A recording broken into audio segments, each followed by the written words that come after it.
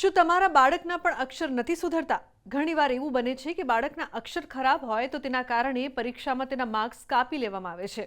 જો તમામ પ્રયાસો કર્યા છતાં તમારા બાળકના હેન્ડરાઇટિંગ સુધરતા નથી તો તમે એક્સપર્ટે જણાવેલી આ ટ્રીક અજમાવી શકો છો. આ એક્સરસાઇઝ હેન્ડરાઇટિંગ સુધારવામાં મદદ કરશે. બાળક જ્યારે સ્કૂલે જવા લાગે અને લખવાનું શરૂ કરે તો સૌથી મોટી સમસ્યા આવે છે તેનું લખાણ સુધારવાની. બાળકોના અક્ષર સુધારવા પેરેન્ટ્સને ખૂબ મુશ્કેલ લાગે છે, ખાસ કરીને જ્યારે બાળકોનું ધ્યાન મોબાઈલ અને ટીવી તરફ વધારે હોય.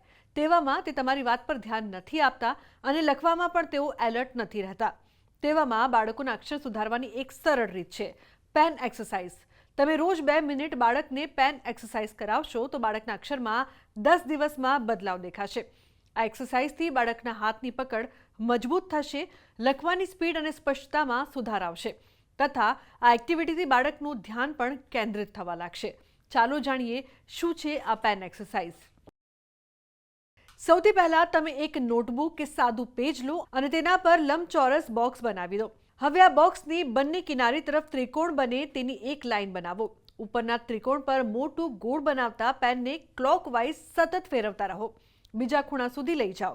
આ રીતે નીચેના ત્રિકોણમાં સતત ગોળ શેપ બનાવતા જાઓ. આ સિવાય આ ટ્રિક્સ પણ કામ આવશે. એક પેજ પર ડોટ્સ બનાવો અને બાળક પાસે તેને જોડતા સીધી લાઈન બનાવડાવો. અલગ અલગ આકારના શેપ્સને પેનથી ટ્રેસ કરવાનું એટલે કે ઘૂંટવાનું કહો. પેનની સાથે ઉપર નીચે વર્ટિકલ લાઇન્સ રેખાઓ દોરવાની પ્રેક્ટિસ કરાવો.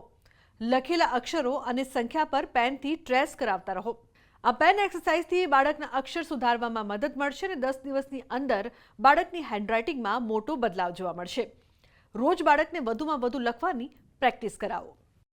પહેલાં તો એને પ્રેરિત કરવા જોઈએ લખવા માટે, અને એ જ્યારે પ્રેરિત તમે ત્યારે જ કરી શકો કે એને એક હેલ્ધી કોમ્પિટિશનમાં પાર્ટિસિપેટ કરાવડાવો.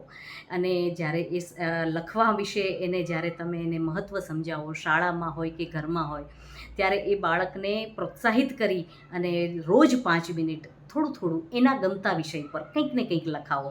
અને જ્યારે એ લખીને તમને આપે ત્યારે તમે એને મોટિવેટ કરી શકો. બીજી વસ્તુ એ છે, હવે ટેકનિકલી કેવી રીતે એના અક્ષરોને સુધારવા. માત્ર લખવાથી નહીં, પણ એક ટેકનિકલી એક એવું છે કે નાના નાના ડોટ્સ કરી અને એના વળાંકો વ્યવસ્થિત રીતે બનાવી અને બાળકને એના ઉપર વારંવાર ઘૂંટવાનું કહેવાનું છે, રિપીટ કરવાનું કહેવાનું છે. અને એ બાળકને રોજ 2 મિનિટ 5 મિનિટ તમે કરાવશો તો બાળકના અક્ષરો ચોક્કસ સુધરી જશે અને બાળક પોતાના અક્ષરો દ્વારા સુલેખનની કોઈ પણ જાતની કોમ્પિટિશન્સ છે એમાં પણ પાર્ટિસિપેટ કરશે અને બાળકમાં ઉત્સાહ વધશે.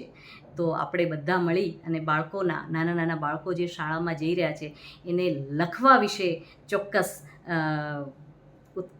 પ્રેરિત કરવા જોઈએ. તો આજના મારા આ અહેવાલમાં બસ આટલું. ફરી મળીશું એક નવી અને મહત્વપૂર્ણ જાણકારીની સાથે, પરંતુ આ વિડીયોને આપ વધુમાં વધુ લાઇક કરો અને શેર કરો. નમસ્કાર.